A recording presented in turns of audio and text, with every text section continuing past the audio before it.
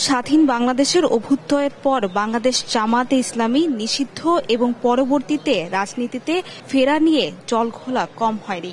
সুবিধা আদায়ে বিভিন্ন সময় জামায়াতকে টানা হয় পাশে। শেখ হাসিনা সরকার পতনের অন্তিম সময়েও বলির পাঠা হয় এ দলটি। নিষিদ্ধ ঘোষণা করে প্রজ্ঞাপন জারি করে শেখ হাসিনা সরকার। হাসিনা সরকার পতনের সাথে জামাত নিষিদ্ধের আদেশ বুধবার প্রত্যাহার করে সরকার।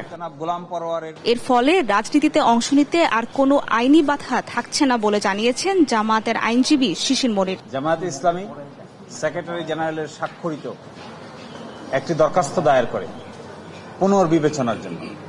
এই দরখাস্তটি 22 আগস্ট 2024 তারিখে দায়ের করা হয়। এই দরখাস্তের প্রেক্ষিতে ডিজিএফআই, এনএসআই এবং এসবির রিপোর্ট তলব করা হয় এবং 3টি এজেন্সি থেকে রিপোর্ট স্বরাষ্ট্র মন্ত্রণালয়ে জমা হয়।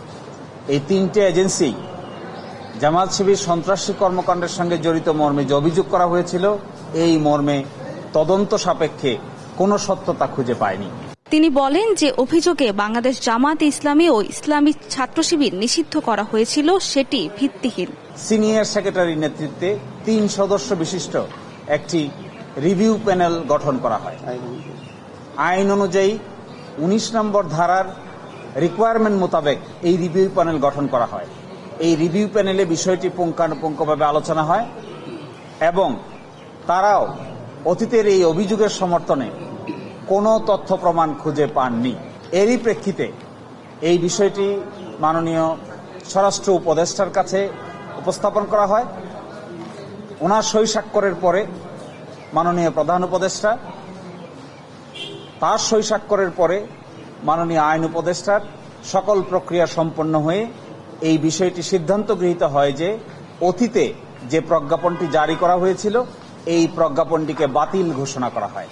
আগামী সপ্তাহে জামায়াতের নিবন্ধন ফিরে পেতে পুনরায় আপিল করা হবে বলেও জানিয়েছেন এই আইনজীবী। প্যানেলের এখানে মন্তব্য আছে যে ভিত্তিহীনভাবে তখন নিষিদ্ধ ঘোষণা করা হয়। আমরা যেটা আগেই বলেছিলাম যে আসলে এটি ছিল অসৎ উদ্দেশ্য প্রণোদিত, কোন রকম আইনি প্রক্রিয়া ফলো না করে হুইমজিক্যালি ইচ্ছাকৃতভাবে যখন তখন যা মনে হয়েছে তখনই তাই করা হয়েছিল।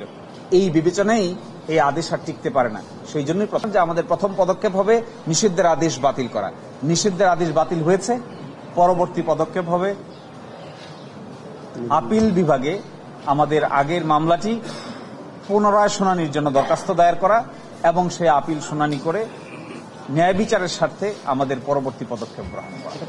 এবং ছাত্র জনতার আন্দোলন যখন চূড়ান্ত পর্যায়ে তখন 1 আগস্ট সরকারের নির্বাহী আদেশে সন্ত্রাসী কর্মকাণ্ডে জড়িত থাকার অভিযোগে জামায়াতে ইসলামীকে নিষিদ্ধ করে স্বরাষ্ট্র মন্ত্রণালয়।